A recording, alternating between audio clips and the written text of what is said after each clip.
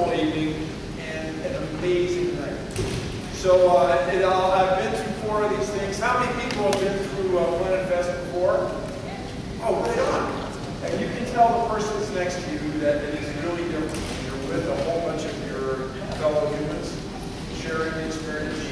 It's very exciting. And my understanding from the experts here that nothing's going to go wrong because it's such a straightforward mission. So before we get too far along, I just want to thank again our sponsors. We've got wonderful support from the Jet Propulsion Lab itself.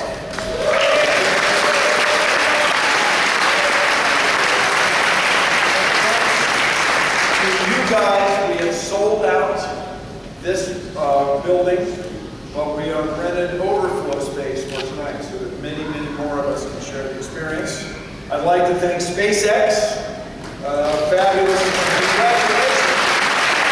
Congratulations to SpaceX.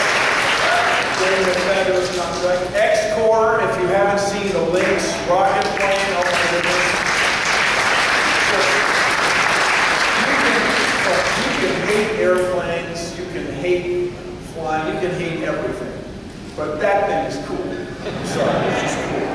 And then ATK. I'd like to thank ATK for many years taking people and equipment into space, and they also help sponsor today's events. And then, of course, thank you also to all the members of the Planetary Society over here. As you may know, I've been a member since I was graduated from college some years ago, and I don't know what happened. I left the room summer before last, and now I'm the CEO. So it's great to be here. It's really going to be just a great day. I thank you all for coming, and it's very exciting. And just to get things started, I mean, we have a star-studded cast, I can't begin to tell you. But just to get things started, we are not messing around. Okay, we have the director of the Mars Exploration Program here. The main man. Here he is, ladies and gentlemen.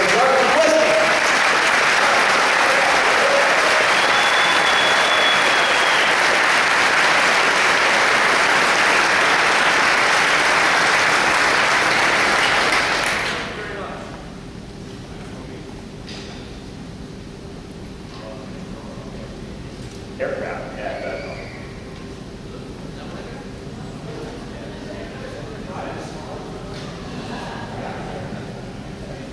flexibility, that's what it's about.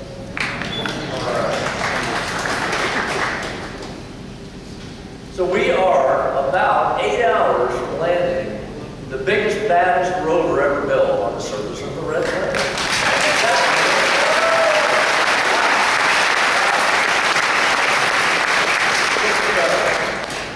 Space, am I nervous? Not at all. Don't have time to be nervous, that's a good part. Stay busy, stay busy. So, spacecraft, just quickly, is doing great. We're about 100,000 miles out.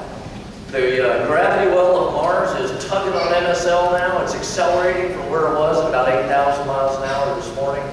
And by 10 o'clock tonight, we'll be about 13,000 miles an hour. About to then attempt to slow it down again. So things have been going great. Spacecraft's in good shape. We had a trajectory correction maneuver we were thinking about tonight. We're not doing that. The navigating team has done an amazing job. We were right down the pipeline.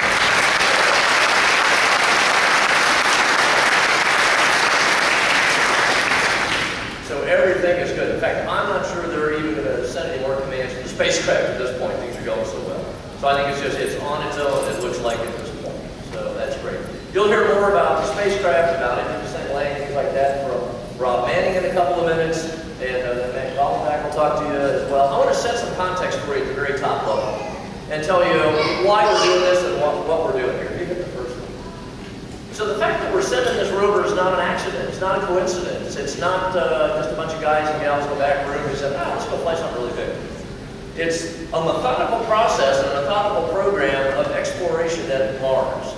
To understand, you've heard follow the water, to understand the water processes and the water history of this planet, and try to figure out some of the early questions to help us figure out if we are alone in the universe.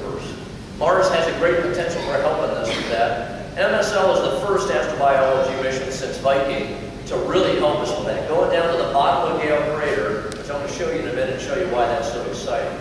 The ability to get into Gale Crater, however, is because of the previous missions. You see Mars exploration rovers up there, you see Pathfinder up there, where Viking just was a huge landing device. We have taken that and we have shrunk our way down to a 6 by 20 kilometer circle of uncertainty on the ground, which is really, really tiny. Thank you.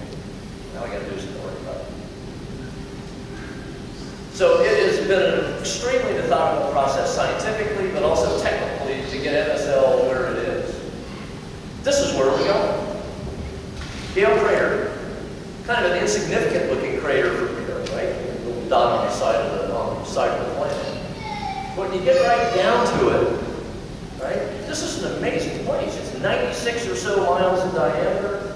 It's got a 3-mile high mound in the middle of it. That's a sedimentary layer. That we believe that thing was filled in. I'll probably get into the maps area, but we believe that was filled in at one point. It was eroded away. What it's left us is a mound that's several times taller than the Grand Canyon is, that will take us from modern-day Mars at the top all the way down to ancient Mars. Can we get back 3 or 4 billion years in this sedimentary layer? We hope we can.